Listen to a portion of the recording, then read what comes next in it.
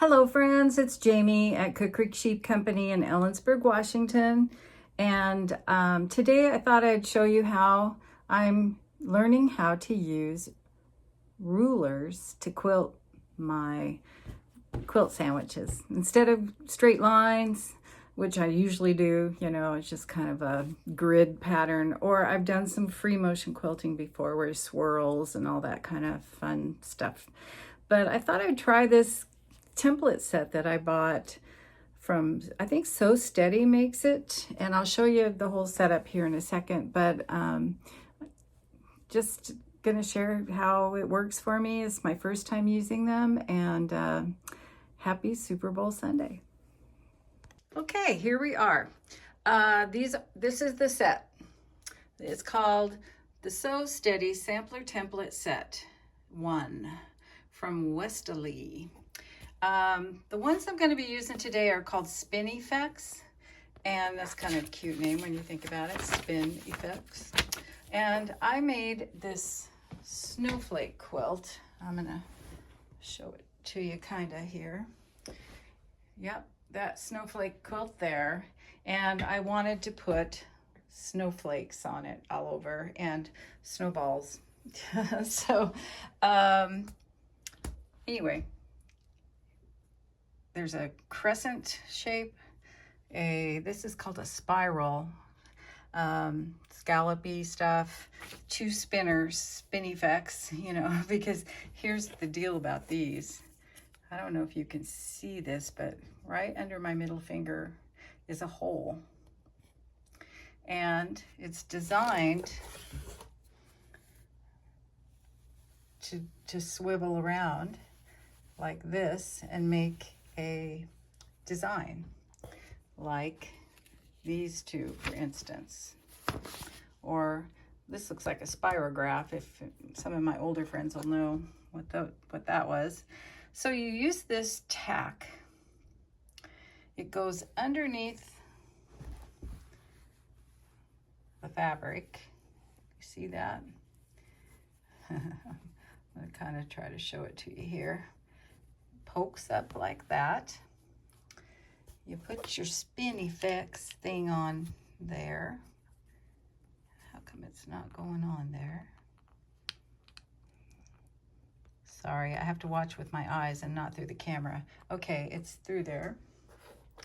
And then there's this little guy, this little gadget. I noticed on this particular one, you can't use the middle hole or it sticks up into, oh, I guess that's the other one. I guess you can use the middle hole for this one. So, did I get it? Oh, I'm not using the middle hole. Well, anyway, so it allows you to do this. And then you can use these lines to guide you as to how far you want to go and using the instructions that they give you. So that's the basic gist of the ruler set that I have. I know there are lots and lots of rulers out there that people quilt with, but this is what I'm doing. And so I'm going to show you how it works. So I have a Janome 6700P, and I watched a video, YouTube video from the Janome educators on what setup I needed to do the ruler work, because it wasn't in my instruction manual. So first thing I did was drop the feed dogs. Then I installed the straight stitch only plate with the holes, just, that little round guy right there. Then I went to my Janome dealer and purchased a ruler foot. Now the templates called for a 1/2 inch ruler foot, and I couldn't find one for Janome. I only found a 1/4 inch ruler foot. So I just went ahead and got it, and it's working fine. So I'm not sure if the 1/2 inch has to do with across here, the height here, underneath the foot clearance. I'm just not sure. But this foot is adjustable. So you can up and, you can drop it down a little, go up a little. Once I installed this straight stitch plate, my screen popped up with what foot to use. Of course, they're suggesting a foot, I don't know, PDH or something. PDH, I don't know. But it tells you the tension, the presser foot pressure, and to drop those feed dogs. And this is a free motion kind of, once you drop the feed dogs, the machine is not pushing fabric through at certain measurements. So your hands do that. Your hands are controlling the length of your stitches. So this takes some practice. And anyway, all right, so I got that all figured out. The Janome educator suggested, once you drop this foot down, that you should only have the clearance with your quilt sandwich underneath the presser foot of thread, of a piece of thread. So mine's letting a piece of thread pass easily under there, so I think it's fine. I did find, after some experiments, this said 2 to 6 on my tension. I had it on 4 just to kind of split the difference, and it was pulling the thread under, the bobbin thread was pulling too tight. So I decided to up this to between 4 and 5, and it's working fine now. So what I'm working on, I don't know if you can see these very well, but they're kind of like a spiral, but I'm getting better. I did some different ones. This is just a 4 teardrop snowflake. Snowflakes are all different, so it's okay. And here I did some snowballs by using the round ruler. And then I just did this one. I haven't even cut the threads on it yet. It's probably my favorite one so far, but it's hard to see. I'm not sure if my light would help with that, perhaps. Yeah. And the first one I did, this is just a wall hanging, so I figured it'd be a good one to experiment on. Here's one, the first one I did. Some I overlapped, some I didn't. I just didn't know what I was doing. Of course, I do that front and center on the quilt, right? Duh. Nobody will know. All right, so I'm gonna try to set you up.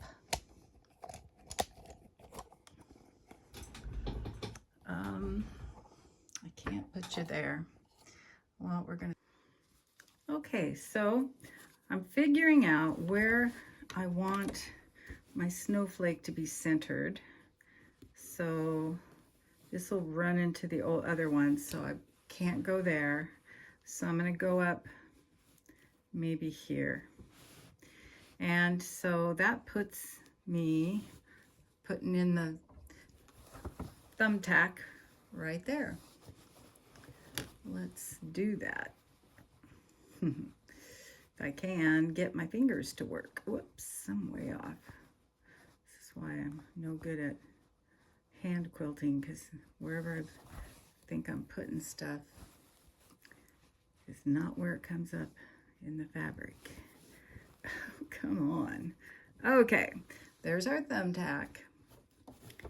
Our template is going to slip over right in that, to that little hole, and our little holder is going to snap on there and hold it in place. Okay, I'm gonna have to remove this basting pin, and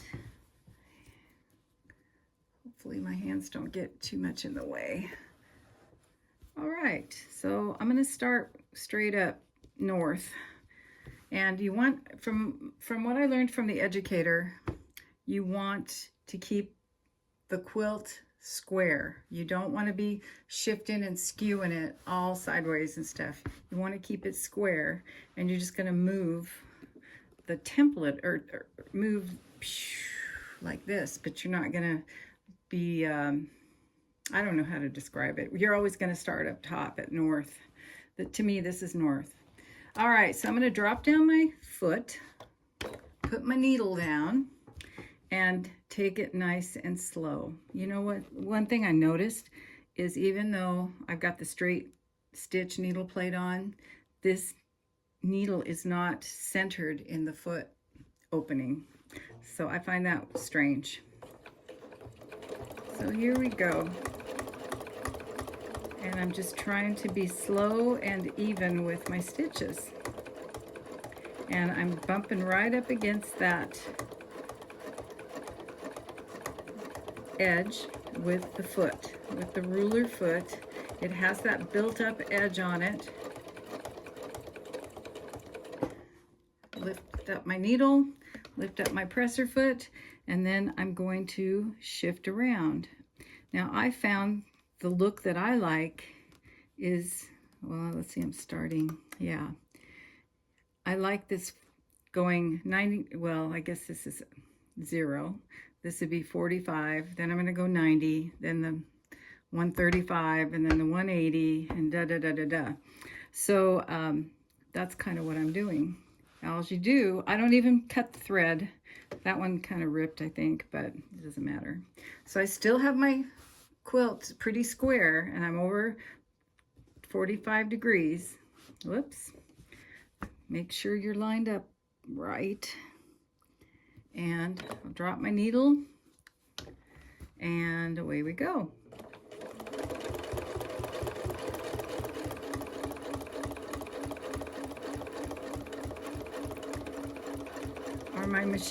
Are my stitches perfect? No, that's something I'm working on as I go. You know, my Bernina that I had before, it had the BSR, the Bernina stitch regulator. Okay, so we're gonna swivel now, by the way. I think I'm gonna have to cut some thread because it's hooked here. We're gonna swivel to basically a 90 degree, right? Okay. And again, I'm keeping squared up. I'm following the rules from my ruler.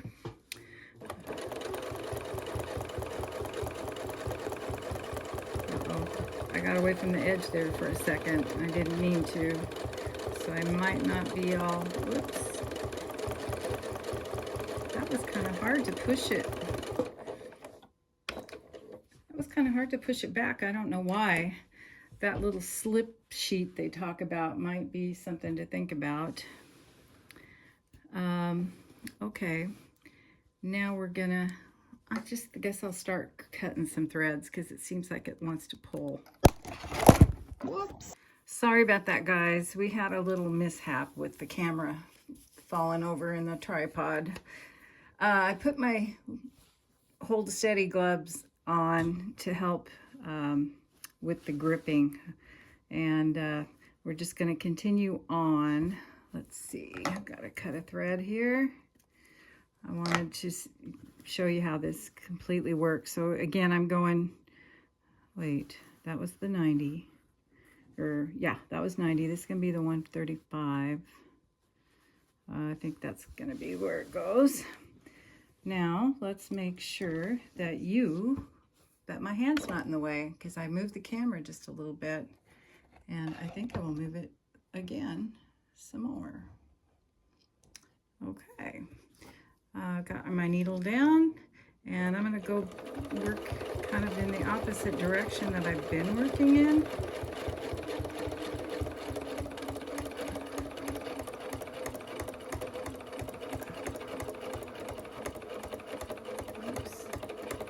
Sometimes I just jump. Okay, there we go. And okay, now we're at 180. Oh, I'm using my knee lift. Forgot. Okay.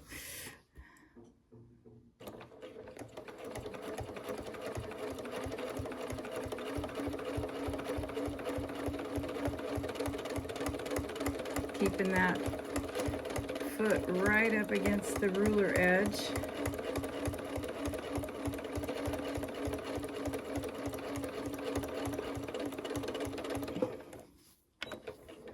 And we're going to go over here to, is that that too far? Oh, no, wait. This is the hardest part to me. Oh yeah, I'm going down the center of this guy. Okay. Alrighty. Let's drop down here. And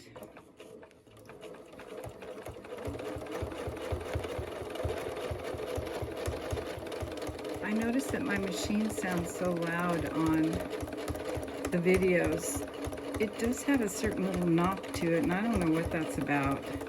I'm gonna have to take it in for service. For a heavy-duty professional machine, it's been in to see the doctor a few times for a couple of weird new machine items. You know. Oh wait, am I supposed to do this now? Okay, so I went from here to here. I think I go to here. It seems like a long jump, but we'll see.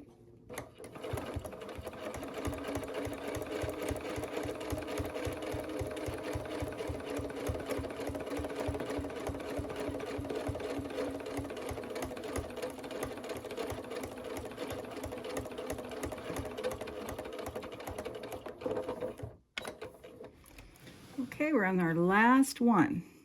We're going to go up again. Okay.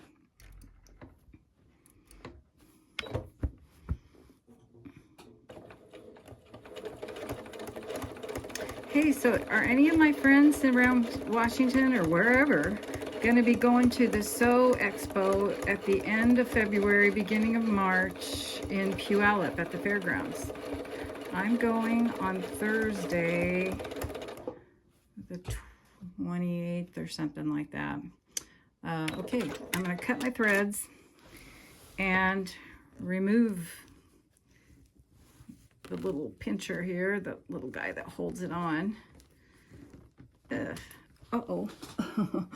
And the thumbtack, and show you what we got. Ouch. Stuck myself. Okay. Now, let's see if you can see that. I think you can. So that's what we got. Oh, wait. Back off a little, Jamie. Okay. So, yeah. Oh, wait. Yeah. Pretty fun. All right.